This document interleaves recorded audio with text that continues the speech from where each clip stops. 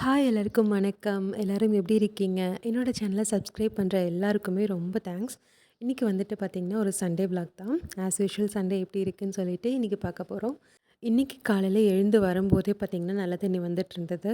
So, அதனால வந்துட்டு first வேலையா வந்து அந்த வேலை தான் செஞ்சேன். எந்திரிச்சோனே இந்த மாரி ஹெவி வேலை செய்றது கொஞ்சம் கஷ்டமா இருக்கும். பட் இருந்தாலும் பரவால்ல. தண்ணி வந்து இப்போ கொஞ்சம் டிமாண்டா இருக்குல்ல சம்மர் சீசன். ஸோ, அதனால வந்துட்டு தண்ணி ஃபுல்லா புடிச்சு வச்சுட்டேன். அதுக்கப்புறம் தான் பார்த்தீங்கன்னா, இன்றைக்கி மாட்டுப்பாலே வந்து காய்ச்ச போறேன். ஒரு 7:30க்கு வர பால, இப்போ வந்து மணி 10 கிட்ட ஆயிடுச்சு. இப்போ தான் வந்துட்டு காய்ச்ச போறோம். நானும் கணேஷும் போட்டி போட்டுட்டு, நானு நீனு சொல்லி பண்ணிட்டுருந்தோம். ஸோ, பால வந்துட்டு ஃபஸ்ட்டு காய்ச்ச ஆரம்பிச்சுட்டு, ஃபஸ்ட்டு டீ போட்டுறலாம். ஏன்னா கொஞ்சம் லேட் ஆயிடுச்சு. தண்ணியெல்லாம் புடிச்சிட்டு கொஞ்சம் பசிக்க ஆரம்பிச்சிருச்சு. ஸோ, அத காய்ச்சி வச்சுட்டு, அப்படியே வந்து டீக்கு வந்து எப்பவுமே பாக்கெட் பால் தான். ஸோ, பாக்கெட் பாலையும் வாங்கி காய்ச்சறக்கு வச்சுருந்தேன். அதே மாரி நேத்து வந்து மிச்சமான கொஞ்சம் மாட்டுப்பால்ல அந்த ஆடையெல்லாம் இருக்கு இல்லையா? அத வந்து எடுத்து ஃப்ரீசர்ல வந்து வச்சுட்டேன். மாட்டுப்பால் பார்த்தீங்கன்னா, கனிஷ்க்கு கொடுப்பேன். அதுக்கப்புறம் மிச்சமா இருக்க பால வந்து தயிர்ல ஊத்திருவேன் அடுத்த நாள். இன்னைக்கு வந்து கொஞ்சம் டிகாஷன் போட்டு டீ வச்சு பார்க்கலாம். ரொம்ப நாள் ஆச்சுன்னு சொல்லிட்டு, நான் டிகாஷன் போட்டு தான் டீ வச்சிருந்தேன். இஞ்சி வந்து பார்த்தீங்கன்னா, கொஞ்சமா ஒரு 2, 3 ஸ்லைஸ் மட்டும் போட்டுட்டு, ஒரு 3 பேருக்கு வைக்கிற மாதிரி ஒரு பெரிய டம்ளர்ல 3 டம்ளர் பால் ஊத்தி வச்சிருந்தேன். அவ்ளோ டேஸ்ட்டா இருந்தது. நான் இவ்ளோ டேஸ்ட்டா வரும்னு நெனைக்கல. எப்பவுமே இஞ்சி நான் தெரியாம நெறைய போட்டுருவேன். கொஞ்சம் காரமா இருக்கும். பட் இன்னைக்கு வந்து நல்லா அந்த ஃப்ளேவர்லாம் எறங்கி, நல்ல டேஸ்ட்டா இருந்துச்சுங்க. ஸோ, ஃபஸ்ட்டு வந்துட்டு அ டீ போட்டுட்டு, குடிச்சிட்டு, அதுக்கப்புறம் தான் டிஃபன் வந்து செய்ய ஆரம்பிச்சிருந்தேன். இன்னைக்கு வந்துட்டு இந்த தக்காளி சாம்பார்ன்னு சொல்லுவாங்க பார்த்தீங்களா? அதான் வந்து நான் செஞ்சிருந்தேன். இந்த ரெசிபி கூட நான் ஆல்ரெடி வந்துட்டு நான் வீடியோல வந்து ஷேர் பண்ணியிருக்கேன். இது ரொம்ப ஈஸி வந்து டக்குன்னு செஞ்சிரலாம். நான் வந்து லாஸ்ட் டைம் சின்ன வெங்காயம்ல பண்ணியிருந்தேன். இப்போ சின்ன வெங்காயம் உரிக்க டைம் இல்ல. அதனால பெரிய வெங்காயத்திலே பண்ணிட்டேன். வெங்காயம், தக்காளி, அதுக்கப்புறமா விதையெல்லாம் எடுத்த பச்சை மிளகா, இஞ்சி, பூண்டு இது எல்லாத்தையுமே வந்துட்டு எண்ணெயில லைட்டா வதக்கிட்டு, உப்பு, மஞ்சத்தூள் போட்டு வேக வச்சு எடுத்துக்கோங்க. ஒரு 4 விசில் விட்டு எடுத்துக்கலாம். இது வந்து சம்மர் சீசன்றனால பச்சை மிளகா வந்து அதிகமா யூஸ் பண்ணாதீங்க. அப்படியே யூஸ் பண்ணாலும் அந்த விதை எல்லாத்தையும் ரிமூவ் பண்ணிவிட்டு யூஸ் பண்ணுங்க. ஏன்னா ரொம்ப சூடு பிடிச்சிக்கும். ஸோ, நானும் வந்து விதையெல்லாம் எடுத்துட்டு ஒரு 4 தான் போட்டிருந்தேன். பட் இதுக்கு வந்து கொஞ்சம் காரமா இருந்தா நல்லாயிருக்கும். பட் நான் காரமும் சேர்க்கல. ஒரு 4 பச்சை மிளகாய் மட்டும் தான் சேர்த்துருந்தேன். போட்டுட்டு நல்லா வந்துட்டு அத விசில் விட வச்சிரலாம். அந்த விசில் வந்து முடிக்கிறதுக்குள்ளார இன்னைக்கு குட்டி இட்லி வந்து ஊத்தி வைக்கலாம். இந்த குருமா மாதிரி இருக்கும் இது. இதுக்கு வந்து நல்லாயிருக்குமேன்னு சொல்லிட்டு குட்டி இட்லி ஊத்தி வச்சிருக்கேன். அப்புறம் வந்துட்டு இன்றைக்கி மெயினா இந்த குழம்புக்கு நம்ம சேர்க்க வேண்டியது பார்த்திங்கன்னா, கடலை மாவு தான். நான் கொஞ்சம் அதிகமா சேர்த்துட்டேன். ஒரு 1 ஸ்பூன் இல்ல 2 ஸ்பூன் அளவு இருந்தா போதும். அது கூட வந்துட்டு கொஞ்சமா மஞ்சத்தூள், அப்புறம் சாம்பார் தூள், உப்பு, பெருங்காயத்தூள் இது எல்லாத்தையும் போட்டு நல்லா மிக்ஸ் பண்ணிக்கோங்க. கடாயில வந்துட்டு கடுகு போட்டு தாளிச்சுட்டு, நம்ம கலக்கி வச்சிருந்த மாவையும், அப்புறமா வெங்காயம், தக்காளி எல்லாத்தையும் நல்லா நைஸா அரைச்சு அதையும் வந்து சேர்த்தி, கொஞ்சமா கொத்தமல்லி தழையும் தூவி நல்லா கொதிக்க விட்டு இறக்குனோம்னா, நமக்கு வந்து தக்காளி சாம்பார் ரெடி ஆயிடும். அது வந்து ரெடி ஆகுறதுக்குள்ளார இட்லியும் ரெடி ஆயிடுச்சு. அதை எடுக்கிறது பார்த்திங்கன்னா, எனக்கு ரொம்ப பிடிச்சிருந்தது. ஒட்டாமல் சூப்பராக வந்திருந்தது. அது எல்லாத்தையும் எடுத்து எல்லாருக்கும் வந்து டிஃபனுக்கு கொடுத்துட்டேன். டிஃபன் வந்து எல்லோரும் சாப்பிட்டு முடிக்கும்போது பார்த்திங்கன்னா, மணி 12 மணி ஆயிடுச்சு. ஸோ, வந்து லேட்டாக எழுந்திரிச்சு தண்ணி வேறு வந்துருச்சு. அதனால் வந்து கொஞ்சம் லேட் ஆயிடுச்சு. ஸோ, ஆனால் எல்லோரும் திருப்தியா சாப்பிட்டுட்டோம். அதனால் வந்துட்டு அவசரம் இல்ல. மத்தியானத்துக்கு வந்து பொறுமையா சமைச்சா போதும். அதுக்கு முன்னாடி வந்து கொஞ்சம் வேலையெல்லாம் முடிச்சிடலாமேன்னு சொல்லிட்டு, இன்றைக்கி வந்து இந்த வாரம் வந்து கம்பு தோசைக்கு வந்து ஊற வச்சுருந்தேன்.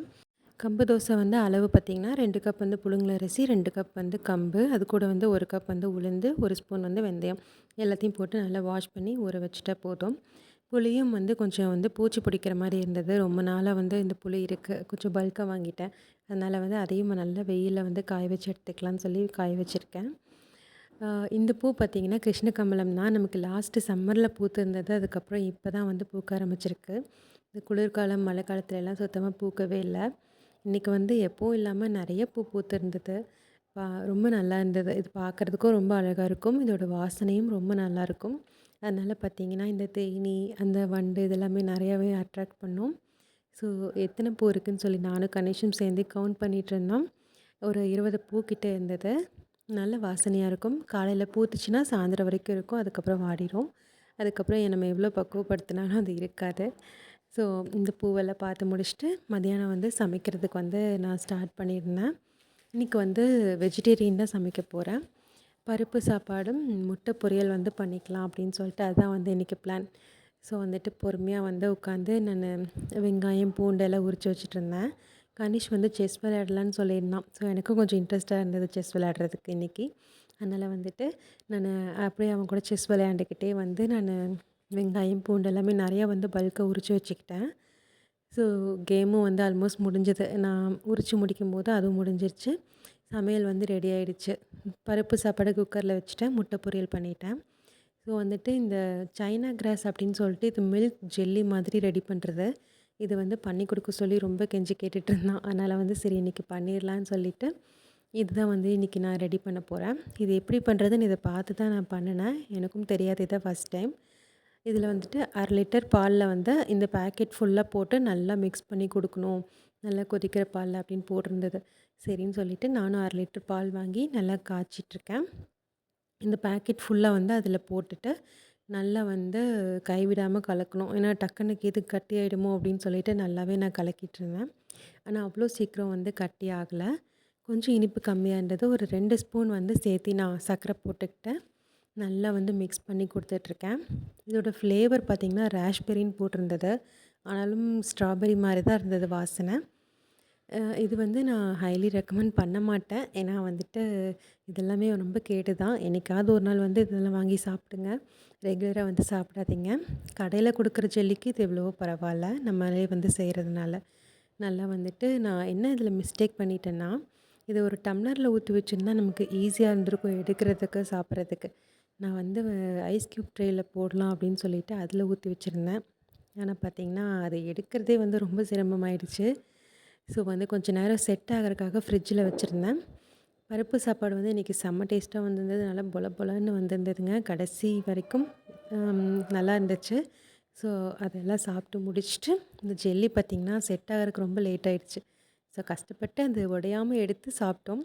ஃபஸ்ட்டு சாப்பிடும்போது பிடிக்கல, சாப்பிட சாப்பிட பிடிச்சிருந்தது. அப்படியே வந்து கொஞ்சம் சாப்பிட்டாச்சு. அதுக்கப்புறம் ஈவினிங் வந்துட்டு மேட்ச் வச்சுருந்தாங்க இல்லையா, சென்னை மேட்ச்சு, அப்புறம் பிகில் படம் போட்டிருந்தான். 2யும் வந்து மாற்றி மாற்றி பார்த்துட்டு அப்படியே வந்து சண்டே வந்து போச்சு. உங்களுக்கு எப்படி இருந்தது வீக்கெண்டுன்னு சொல்லி கமெண்ட் பண்ணுங்கள். நெக்ஸ்ட் வீடியோவில் பார்க்கலாம். அது வரைக்கும் பாய்.